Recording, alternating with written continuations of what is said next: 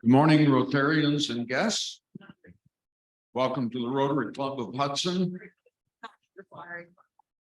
Ron Strobel, the Sergeant at Arms. Our invocation this morning is by Jim Young.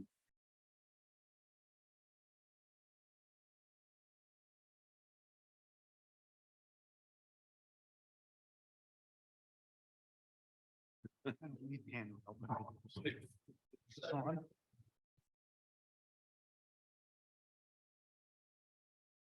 morning, Rotarians and guests. Welcome to our Rotary meeting on this beautiful fall day. Let us pray. Heavenly Father, we are thankful for this day that you have given us, for its blessings, its opportunities, and its challenges. And we appreciate and use each day that comes to us. We pray for your strength and guidance. May we be challenged to give our best always. And may we be assured of your presence with us. In your name we pray. Amen. Thank you, Jim. And now to lead us in the pledge and the four-way test, Dr. Patricia Getz.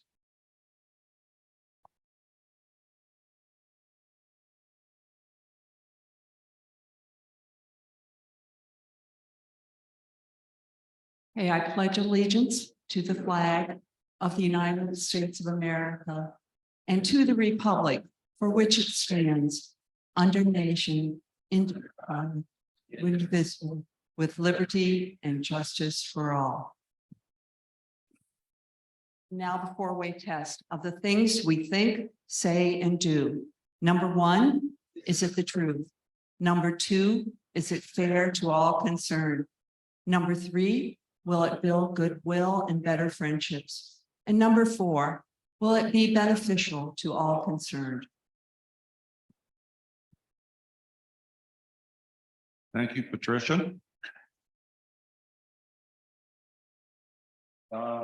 This being a new month, we have birthdays and anniversary years.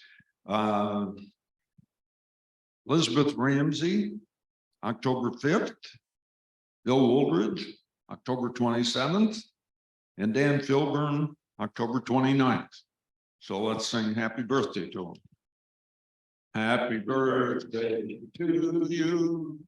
Happy birthday to you. Happy birthday, happy birthday. Happy birthday to you. And now the anniversary of their joining, James Young, October 1st, 1991, 32 years. Tom Tobin, October 9th, 2002, 21 years. Bill Woolridge, October 9th, 2002, 21 years. John Hopkins, October 11th, 2017, 6 years. And Mimi Becker, October 28th, 2015, 6 years. So congratulations to all of you. Our guests this morning, Steve DeMauro, David Zero, Mike Bird, and Marietta Marquardt. Welcome to the Rotary Club of Hudson. Glad to have you here this morning. And our president, Terry Bortnick. Thank you. Jim, you've been in this longer than I was born. I wasn't even born till 92.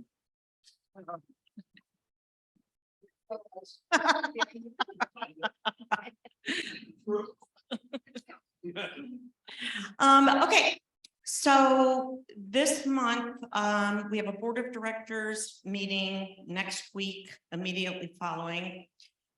There is also on the 13th a gala committee meeting.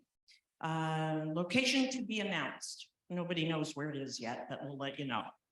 We're collecting for the food bank this month. And one of the things that I've been enlightened on that they desperately need is powdered milk.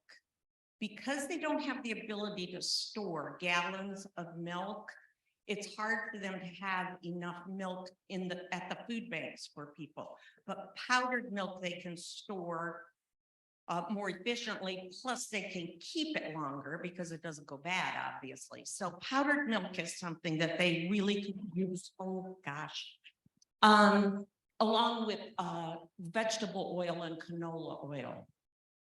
Those are the types of things that they're really kind of short on in dishwashing liquid. They get a lot of canned goods, they get a lot of macaroni and cheese, they get a lot of things like that, but they are in need of these types of items. So anything you can bring in would be helpful. We'll get it there since the holidays are coming up. Correct, yes, the Hudson Food Pantry is where I'm going to take it, yes. Okay, all right. So what I've been fumbling with up here, as you all recall, our club was answered with a commendation from the State House of Representatives. Representative Casey Weinstein had put in for the commendation, and we did get a nice formal document back, and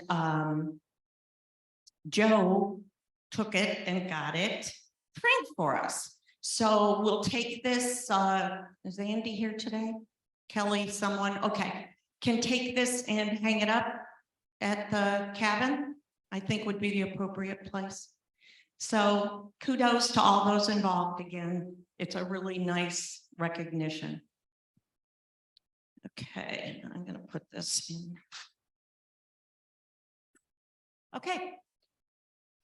With that, I will hand the mic over to our fearless leader here. Thank you. Thank you, President Terry. Good morning, fellow Rotarians and guests. I'm Dave Basel, and it's my pleasure to again start off this meeting with candidates. This is the last of our meetings where we will hear from candidates for local elected office. This morning, we will hear from candidates seeking seats on the Hudson City School Board. I will briefly introduce each candidate, who will then have 5 minutes for prepared remarks, as in the weeks past. Following their prepared remarks, there will be a period for questions and answers. The candidates will be seated in the chairs on the stage. They will have 2 minutes to answer each question. If you have a question, please use the center mic in the center aisle.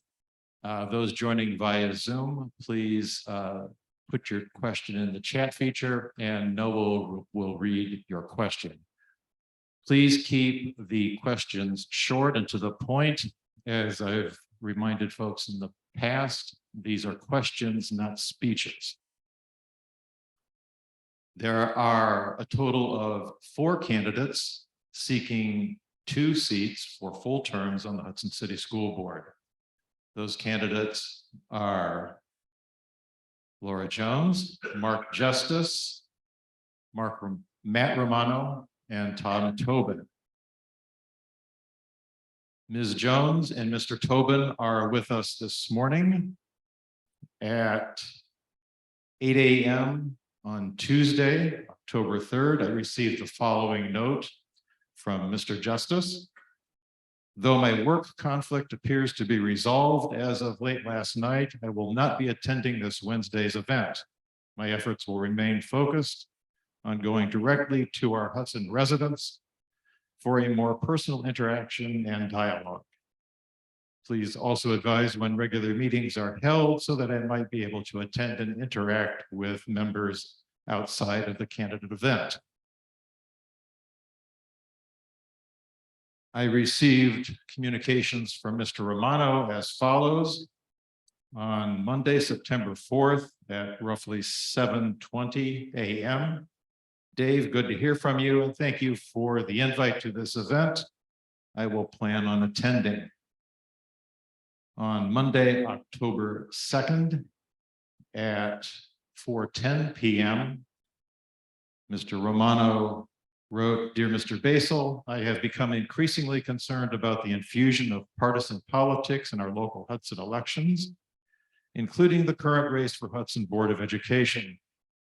The Hudson Board of Education should be about students and their parents, not politics. Consequently, I have decided not to participate in certain local debates or to respond to certain political questionnaires from local organizations, including the League of Women Voters, Rotary, and Moms for Liberty. Instead, I intend to continue focusing my campaign on door-to-door outreach, which has been an excellent vehicle for sincere dialogue with members of our community." And he proceeds to list his campaign platform, which I presume is available on his website. I feel it incumbent to note, particularly at this time, Rotary is not a political organization and is certainly not a partisan political organization. Certain of our members may be active politically, others are not. But the organization is apolitical. And these events are intended to be apolitical. They are intended to be a community service, providing a means for candidates to introduce themselves to the community and for the community to learn about the candidates. I am certain our members run the gamut of political persuasion. I have no idea what those might be. I have never asked because frankly, I don't care.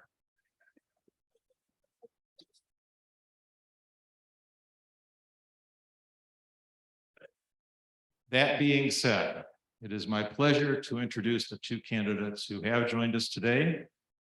We will first hear from Laura Jones.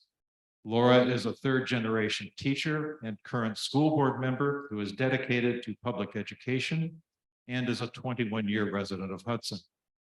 Laura has served in leadership roles as co-chair of the Citizens Committee for Hudson Schools to pass the bond issue in support of a new middle school and renovations throughout the district, as chair of the Hudson City Schools Finance Committee and as board member of the Hudson City Schools Foundation. She has provided Ohio State House in-person testimony to keep Hudson City School District's state funding intact. Laura is currently co-executive director of Hudson Community First, is an executive board member of Safe Routes Hudson, Drug Safe Hudson executive board member. Laura served as a member of the Visioning Task Force for Portrait of an Explorer and was a Girl Scout leader for 14 years. Laura also was a VIP district coordinator for the Hudson Schools for nearly a decade. Hudson PTO Pancake Breakfast co-chair for multiple years, first serve leader and first congregational church outreach board chair. Her work and dedication to Hudson earned Laura the Ohio Middle Level Association 2019 Parent of the Year Award. Both of Laura's daughters are Hudson High graduates. Her daughter Sydney is a junior at Ohio University, and her daughter Eve is a freshman at Georgia Tech. Laura works for the Cleveland Metropolitan School District as a middle school English and social studies teacher. She received her Bachelor of Arts from Ohio Wesleyan and her Master's of Education from Cleveland State. Please join me in giving a Rotary welcome to Laura Jones.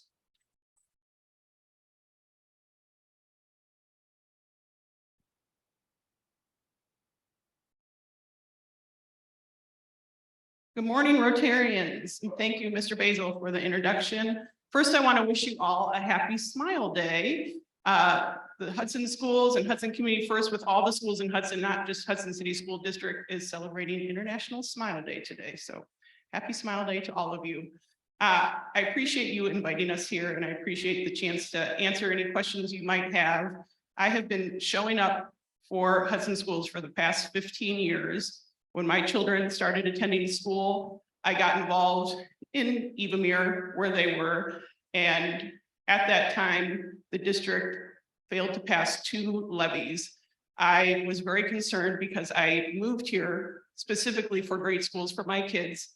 as an educator before that, and as Dave said, I'm third generation. My mom was an educator in a district that could not pass levies and is not a school district anymore. It no longer exists. I knew how important passing levies was, so I got involved in passing school levies. I was then invited by Mrs. Sines to join the finance committee that meets monthly. Several of you here are on that committee with me, and got involved in that, learning more about school finance. That was not anything I was an expert on, but I've been on that committee now for over 10 years and have learned an awful lot from Mrs. Sines, Mr. Budo, and many of you that are on that committee that are financial experts. Because of that, I then became very active in the levy campaigns and worked hard to pass the bond issue that got us the beautiful new middle school and the renovations of the school. Right now, we are asking for another levy. Might be some of the questions you might ask today, because it is a big issue in the schools. That is something every school district in the state of Ohio has to worry about. That's how state funding works. That's how school funding works. It's mostly funded by local tax dollars, and districts are forced to go back time and again to ask for more taxes. We haven't had to come back for 12 years. In that time, I've also showed up for many other events. And in particular, when Dave Zero resigned last year from the school board, I came forward and said, you know, now's the time for me to be on the school board. I was appointed unanimously by the school board at the time. Now, a year later, I'm running. This time around, it's a little different. There are 2 4-year terms. Tom and I are running for those. James Field is not running again. He's done his time. And then because Dave resigned and I took that spot, there's a 2-year term. That's not normally how the ballot looks, but it does this time. So the 2-year term, Mark DeZurek and Matt Clapper are running for. That is the seat that was Dave's seat that I filled. So just to clarify why the election looks a little different this time.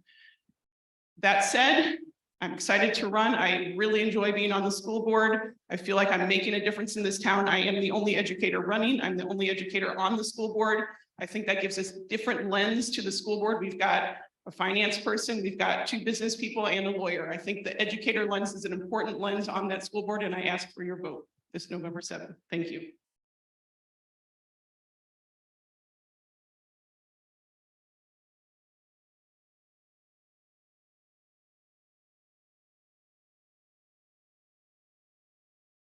Thank you, Ms. Jones.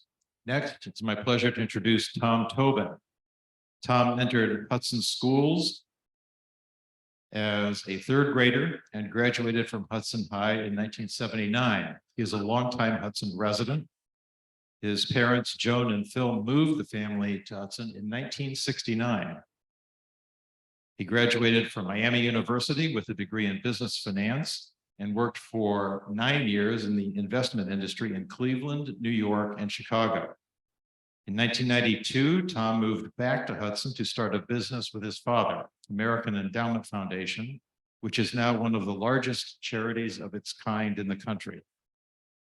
Mr. Tobin retired from American Endowment Foundation several years ago, which allows him more time to focus his attention on his school board responsibilities. He and his wife are the proud parents of a son, Rob, who, upon graduation from Ohio State later this year, will have a job with Ramco here in Hudson. In addition to being a board member at American Endowment Foundation, Mr. Tobin has served on the boards of Hudson Rotary Foundation, Hudson City Schools Foundation, Laurel Lake Foundation, and Hudson Heritage Association. Tom enjoys playing tennis and pickleball. I've never been able to get into pickleball, Tom, sorry. And he also enjoys attending high school sports events, especially tennis, volleyball, football, basketball, and soccer. Please join me in giving a Rotary welcome to Tom Tobin.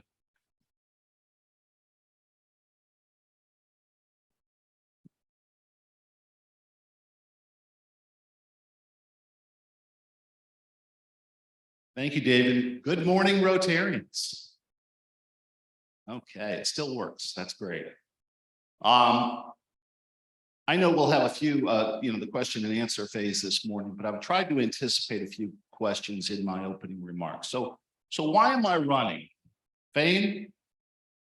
Money, universal adulation? No, guess not. Believe it or not, Hudson School Board members are not the most famous members of the community. When people find out I'm on the board, they typically thank me for my community service and express sympathy for what we've had to put up with. I usually reply that I really enjoy the job. Well, it has certainly been more challenging as a result of COVID and people intent on making our schools into a political battlefield. It is also very rewarding.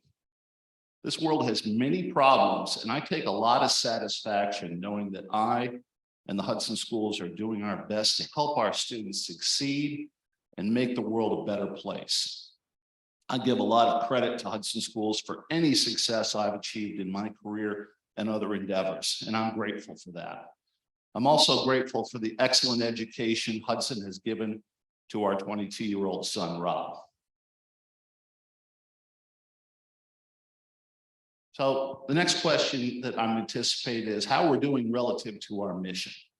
Let me read to you what the district's mission statement is so that we're perfectly clear on that.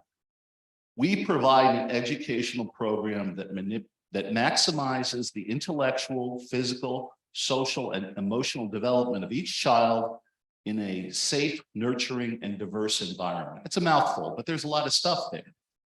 I mention this first because everything I, as a school board member, and we as a district do is or should be related to that mission statement. So how are we doing? The good news is Hudson schools are doing very well. Academically, the Ohio Department of Education ranks us in the top 3% of Ohio districts, with the highest possible score in 4 out of 5 categories. We have a top 2% ranking by private rating services like Niche and US News World Report. We have an excellent special education program, which I take great pride in knowing how many of our students need those services. I don't think I need to remind anybody in this group that our service learning class program is a model of excellence and pride for our community and is renowned throughout the state. Our programs help qualify our students for over $7 million in scholarships each year, and our advanced placement classes save our graduates and their families. I'm just going to say a lot of money. We don't know exactly how much, but you know, I can show you the statistics, how many students do very well on those tests and presumably avoid tuition on taking those credits in college. And even our, and a nod to Coach Sogan here, our extracurricular programs are top notch too. Even our athletic teams are excelling like never before. So from the standpoint of financial stewardship, how are we doing? We're doing a very good job. By not dithering and procrastinating, we secured an extremely favorable borrowing rate on the money we borrowed to build the new middle school and fund the additions and renovations to all of our other buildings as part of the master facility plan. But we really hit the jackpot by locking in our construction costs before inflation rose. I didn't run this past Bill Budo first, but I did some research yesterday, and I estimate that to do the construction and renovations today that we did several years ago and already have done would cost the district and taxpayers over $30 million more than what we paid. $30 million. Now, I mean, I'm looking out there, I see John Adams, a financial advisor. You know, you can't take credit for market timing. Some of that is market timing, but you know what? We didn't dither. We didn't delay. We didn't kick the can down the road. We got the job done and we saved a ton of money. We recently saved taxpayers even more by refinancing some of our debts when rates dropped. And our credit rating is very good at AA1, which saves our taxpayers money when we have to borrow. Over the past 12 years, we have done over $10 million of facility improvements through private contributions. I'm just going to say one more thing here, because this is the most important point. It's been 12 years since our last operating levy. That is amazing, and it bears repeating. It's been 12 years since our last operating levy. Thank you.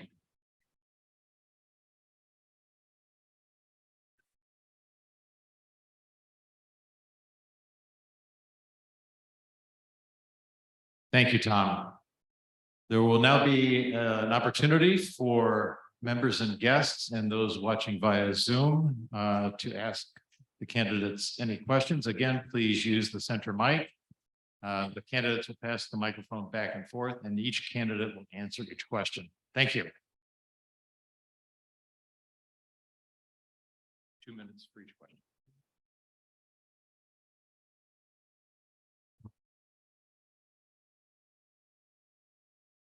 Hi, Patricia Getz. This is a bit of a tough question. I have a grandson who's a senior at Hudson High School, and he's biracial. And he states that all the kids, at least his friends, are very discouraged and don't go to teachers or to administrators about all the microaggressions and aggressions that occur to the minority students. I know you have the DEI program.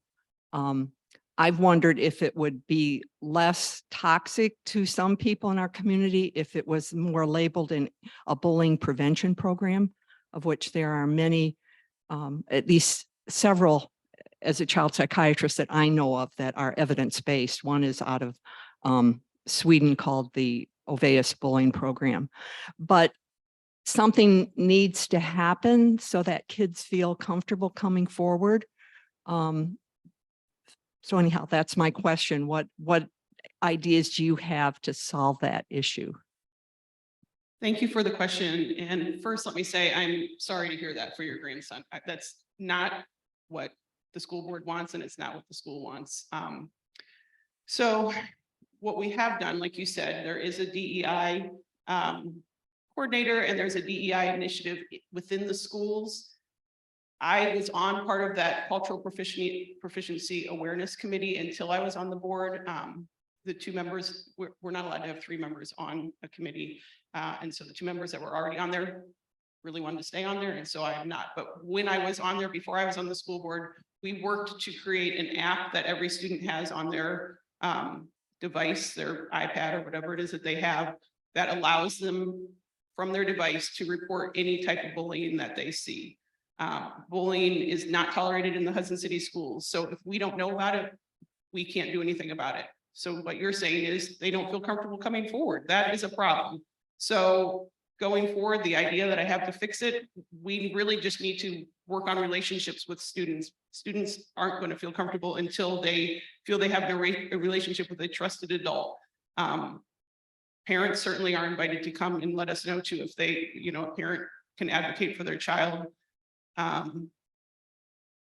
So I would say we need to continue having teachers, administrators, staff members working on building relationships with those students and potentially come up with some sort of program that they can be a part of, that they feel comfortable talking and sharing their concerns in. I also am sorry to hear about that because, believe it or not, I was bullied a bit as a child too. We didn't have the same, it was more pure bullying. It wasn't the type that's related to the types of things that we're working on with DEI these days, but those are both important issues and they're interrelated issues, I think. Why do we have these programs at the schools? If I may just, it's crystal clear to me that students cannot learn properly if they do not feel comfortable, if they do not feel they belong, if they do not feel supported. It's the same thing that I think you probably have heard about students that come to school who are maybe hungry or something like that. If you don't have that proper foundation upon which to learn, if somebody feels anxious all the time that, what's going to happen to me or what bullies are going to do to me, after school or at lunchtime or something like that, they cannot learn effectively. I want to echo what Laura just mentioned about students needing to have a trusted adult in their lives beyond their parents. They need to be able to, and I have been assured by our administration that we have informal programs in place to identify students who may need those sorts of connections and make sure every student has that sort of a relationship. I also just wanted to point out one program that I learned about recently, and it's really starts, I think, with the youngest students. And I just absolutely loved it because I saw the sign there. It said something about upstanding in the district. Be an upstander. I said, what's an upstander? Well, in bullying situations, people who are being bullied often cannot defend themselves effectively. So the concept is, don't be a bystander, be an upstander. Stand up for those who are being bullied and show bullies that their behavior is not tolerable, is not acceptable.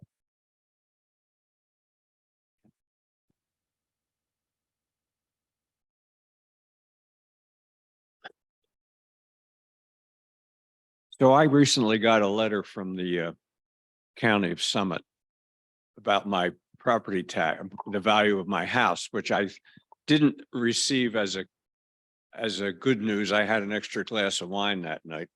But I might say that believe it or not, about 45 years ago, I served on a school board in the state of New Jersey.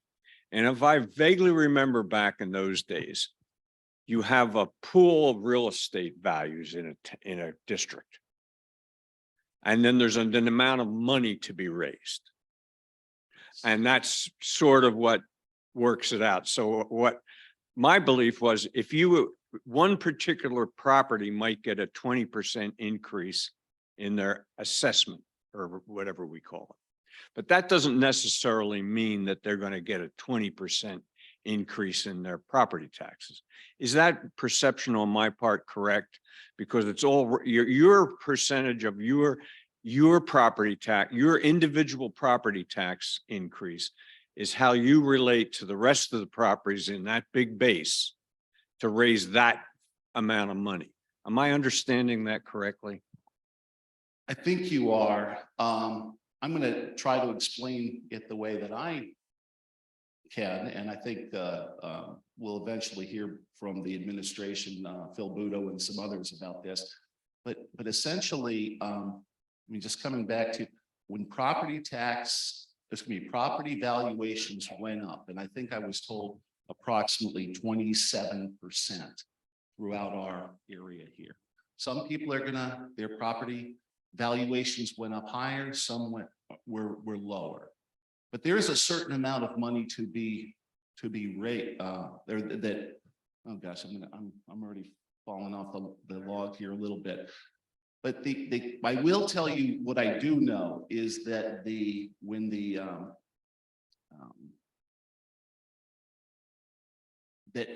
27% increase does not relate to a 27% increase in your property taxes. It will be significantly lower than that, okay? That's what I guess I'm trying to say. I can't tell you exactly what it is. I can't do the calculation for you. It is a separate issue from the levy, which is a very easy calculation to do. This one's a little bit more complicated. And honestly, we need to do a better job of explaining that to our taxpayers. I'll add a little bit to that as well. So because of House Bill 920, the vast majority of our taxes are not allowed to be increased with that new tax valuation. So like you said, if it went up on average 27%, taxes will not go up 20%, 27%. Only the inside 10 mills are allowed to be raised. Those are taxes from long ago. The school district, I believe, gets 4.25 of those 10 mills. So we do get a little bit of a bump, but not at all a huge giant windfall from the tax valuation. The rest of the taxes stay flat, which there's about 65 mills on your taxes. That is why we have to keep coming back for tax levies, because the rest of those taxes stay flat. So we looked at the percentage, let's say you went up 27%. Don't remember the exact percent, but I think most of our taxes are going up around 6% if you do the math. 4% I'm getting from Mr. Budo out in the audience. Thank you. All of us need to do a better job of selling that. And I tell people that their taxes are not going to go up to the percent of their property status. That's what's going up. they look at me with this blank stare, and then they ask me, how does that work? And I don't do a very good job of trying to explain that. Thank you, Doug. Hello. So first of all, thanks to both of you for your service to the community, having raised two boys in the school system here and doing quite well now as adults. Question for you both. Tom, I heard in your comments, it's been 12 years since a levy's been passed. To the uninformed resident driving around town, it looks like the school has a lot of money. Beautiful schools, beautiful facilities. What do you need more money for? That's my question. Let's say hopefully it passes. So what would you do with the money? What's the need in the school system? How is this money going to be used? That's my question. Thank you for that question. Yes, I feel like the school is in great shape right now. We did in those 12 years pass a bond issue. It's different than an operating levy. That is what the money was used to build the new schools and renovate the other schools. They're beautiful. We're very proud of that.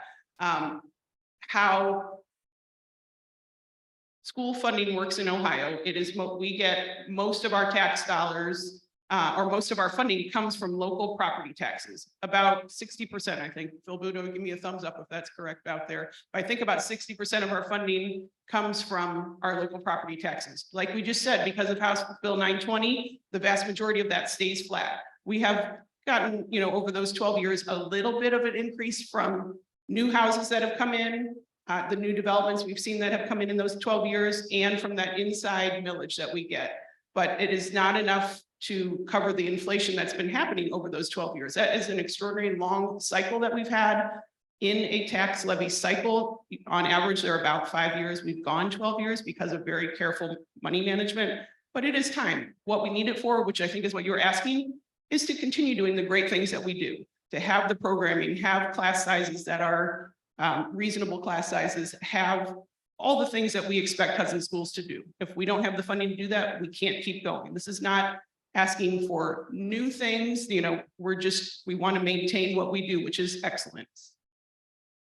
Yeah, I think it's important to make that distinction between the fact that we have money for capital and facilities improvements, and we have money for operating purposes.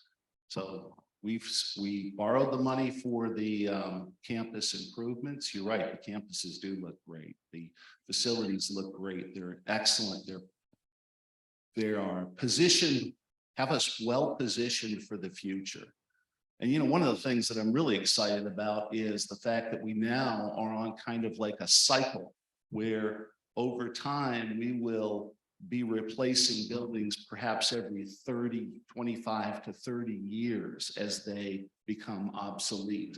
But we will not in the future be dumping a huge load on any single cohort of electorate. So I feel really good about what we've done for the future. All right, let me go back then. Then we have the operating side of things. The operating side is the two things that are the biggest cost elements on the operating side, what it keeps to open the building and operate it every day. Teacher salaries and benefits. I mean, those are things that we have a very tiny degree of control over because we work in a market economy.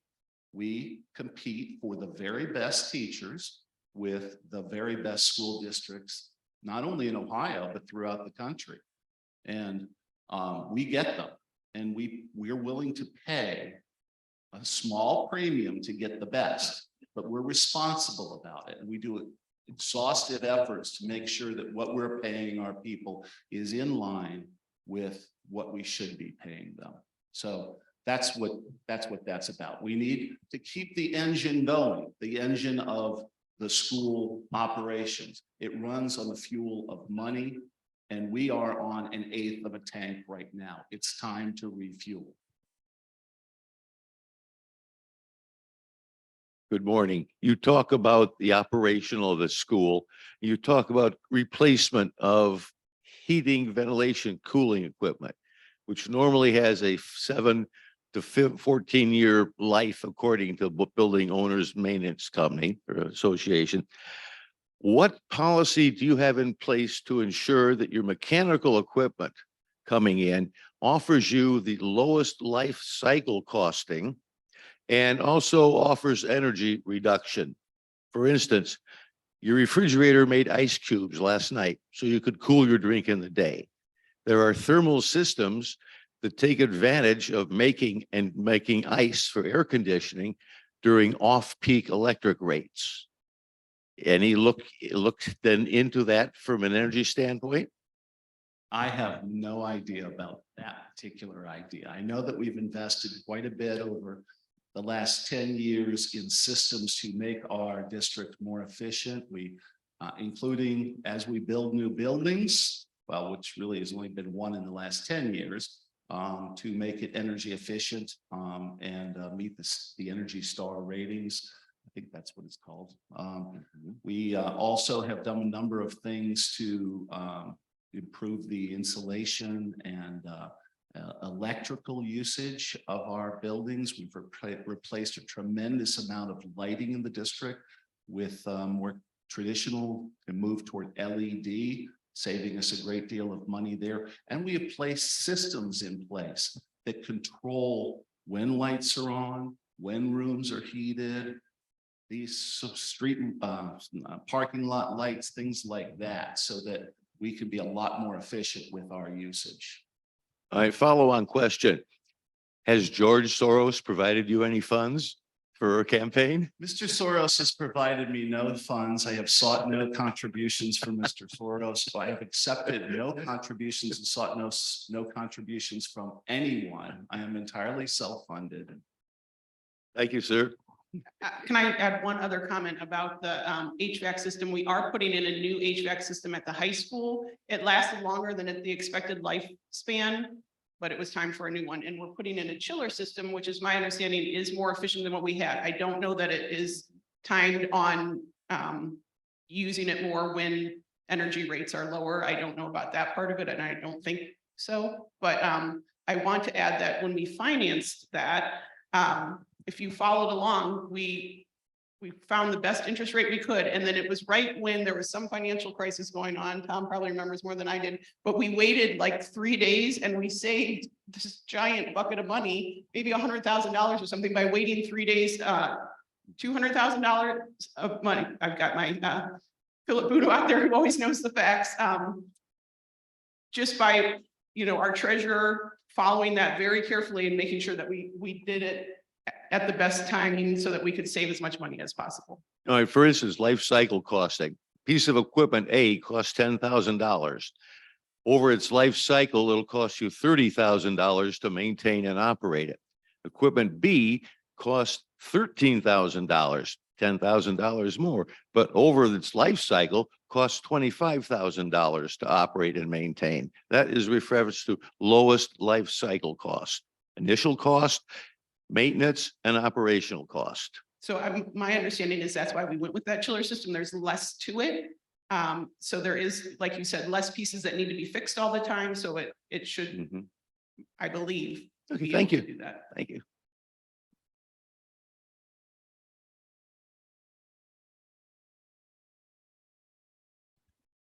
This is a question about a different subject as part of the schools.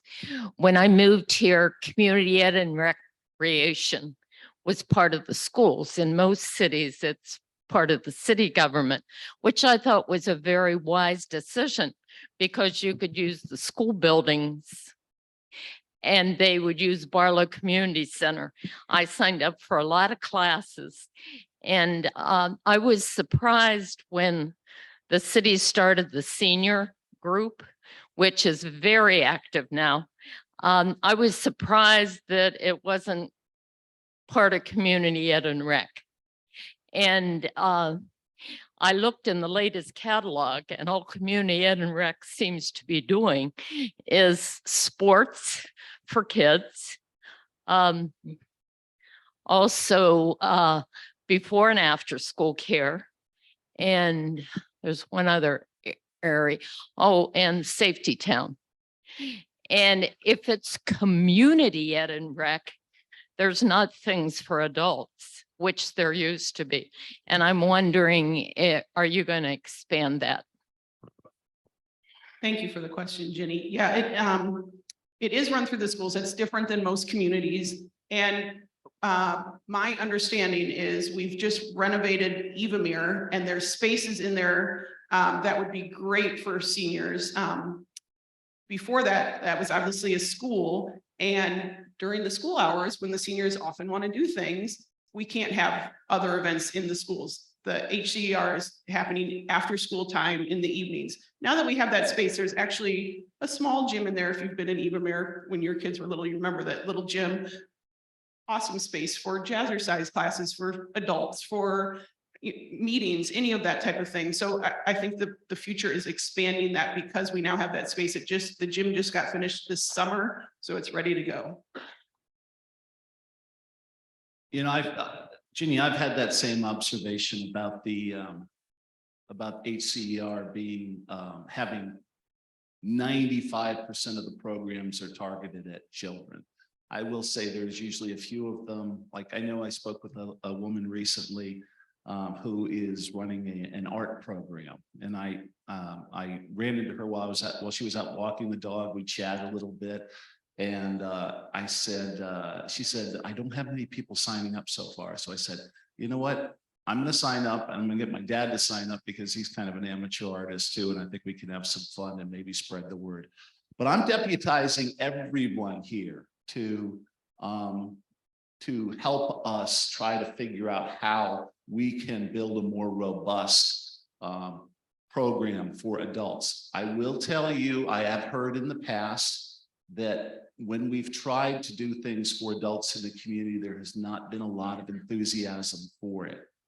I don't accept that. I think it's a matter of us coming up with the right programs that are, you know, are in demand for our adults in the community. I'm not talking about just seniors either. I'm talking about, you know, 35 somethings. I remember my dad and mom took a class in woodworking when I was a kid and had a wonderful experience with that. We still have the products of their efforts proudly in our home. I would also say I definitely do agree that, and by the way, we have lots of facilities, as Laura said, that would be available in the evenings that I think that we could put to this task. And I also wanted to say, when I heard that the seniors were concerned about maybe not feeling as welcome at City Hall, I've done some investigation to see if we could make Evamere available for seniors for their programs during the day. So I hope that answers the question. Thank you. Okay. Thank you.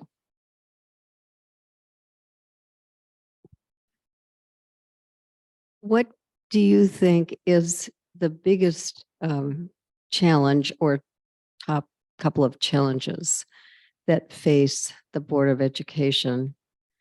And if you have any ideas how to handle that, but what are the hard things that are confronting you?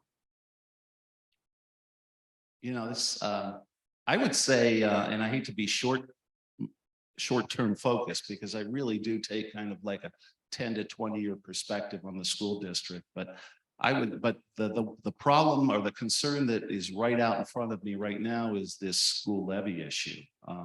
As I said, money is the fuel that runs the good ship Explorer.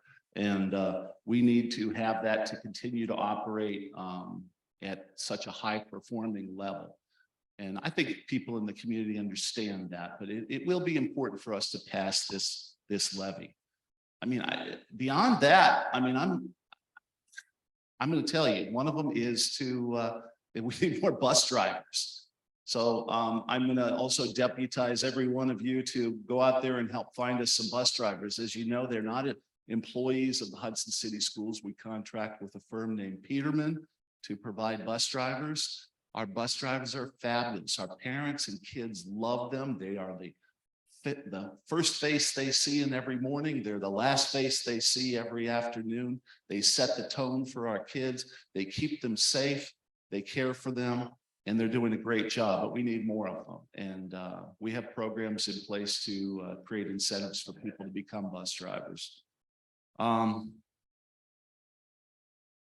think beyond that, I am concerned about you know, I don't know if this is for the whole district, but it's certainly something that concerns me, is to have people come on to our school board with private agendas, personal agendas, that I think will tend to be destructive of the morale and the culture of our school district.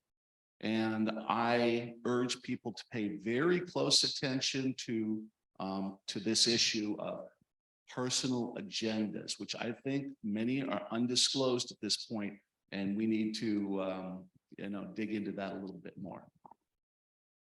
So when you ask the question, those are the same things that I thought of. I do want to, instead of repeating what Tom said, comment on some of the things we did to help with the bus driver issue. Because last year we often had to cancel routes. We had the exact amount of bus drivers we needed. And if one was absent, there were no subs. That meant either a bus route had to be combined, so your children's buses didn't come home at the same time and they had a longer route, or the whole route was canceled and parents had to figure out another way to get their kid, parents who work, parents who are at a job. It was not ideal. What we did to help with that, at the end of the school year, we had parents opt in if you want a school bus. Every child is entitled to a bus based on where they live. You know, if you're within a certain distance of the school, you aren't, but otherwise you are entitled to a bus. My kids in high school had a car. They didn't need a bus. We used to get a bus card for my daughter who drove to school every day, and I would email the bus driver and say, thank you, we don't need it. Instead of making that route to include all those seniors in high school, there are some seniors that ride the bus. Most do not. Most are driving. You see the parking lot, it's full. There are parents that choose to drive their kids to school every day and don't need a bus. So we did not, this year did not route them. We also made more cluster stops. So instead of stopping at every driveway, we didn't necessarily do that, but we did it a little more than we do now. We tried to consolidate so that more kids could be on a bus, but the bus routes would take about the same amount of time. Doing that has allowed us to have less bus routes, 4 or 5 less bus routes, and those bus drivers are now able to be subs when someone is absent. And when nobody's absent, they work as an aide on a bus and ride along on that bus to help out with student behavior or whatever is needed. This will be the last question. So I want to go back to the bullying thing. Kids, unfortunately, I've had a child with disabilities and a grandson with disabilities in a school system. Come to find out that sometimes it's the teachers that's showing the aggression towards the kids, and they're teaching their students to do it. And I think that's something we need to take a look at, because kids learn from what they see and what they can get away with. Could this be one of the reasons why kids don't feel comfortable coming to the teachers when there's aggression towards them? And if that may be the case, is there a plan in place to look at that in addition to, because it's not always just the kids doing these things? So again, our school board does not tolerate bullying. If a parent hears that this is happening, please come forward to the administration and let people know that is not acceptable. I do feel like we have an amazing staff. I hope that's not happening. They are people. Could it happen? Absolutely, but it is not something that we tolerate. And if you hear about bullying or you hear about teachers being inappropriate, please come forward so it can be addressed. You know, I'm hearing from our administration that our students, probably because of some of the systems that we've put in place and some of the emphasis that we've placed on bullying prevention, bullying reduction. By the way, the administration reminds me, we're never going to completely wipe out bullying. Our best hope is to reduce it significantly. But they see that this is an important thing for us. And students are, I'm told, they are much more apt to speak to a principal or an assistant principal if they see bullying take place in the district. I hope they understand that that means any kind of bullying from any source, not just from their fellow students, but from any teachers. I will tell you, I don't know if the one thing I can think of There was an incident several years ago and that teacher is no longer with the district. But I don't think I've heard, aside from that one situation, I don't think I've ever heard a complaint from a parent about a student bullying a teacher bullying a student. So if I will ask that question and try to learn a little bit more about it, and if so, maybe ask some questions about how we can deal with that. But I don't see that as a big issue right now. I think I wanted to say something else, but I can't remember what it is. So, all right.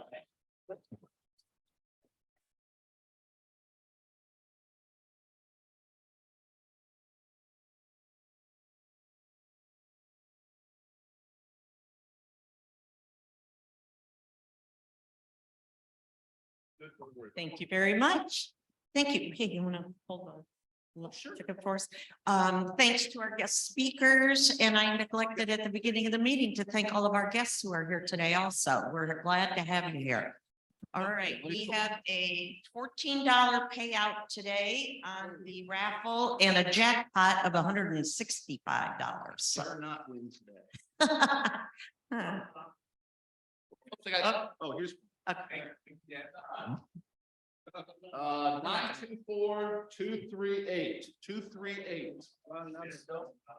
Oh, it's Mr. Strobel's day. All righty.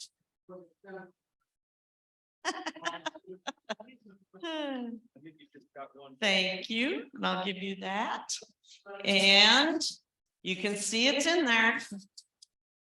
Good luck. Oh, you were so close. Thank you. Okay, all right. Okay. Once again, thank you all for attending today. We hope you were informed and can make some valid, sensible decisions on your own from what you hear.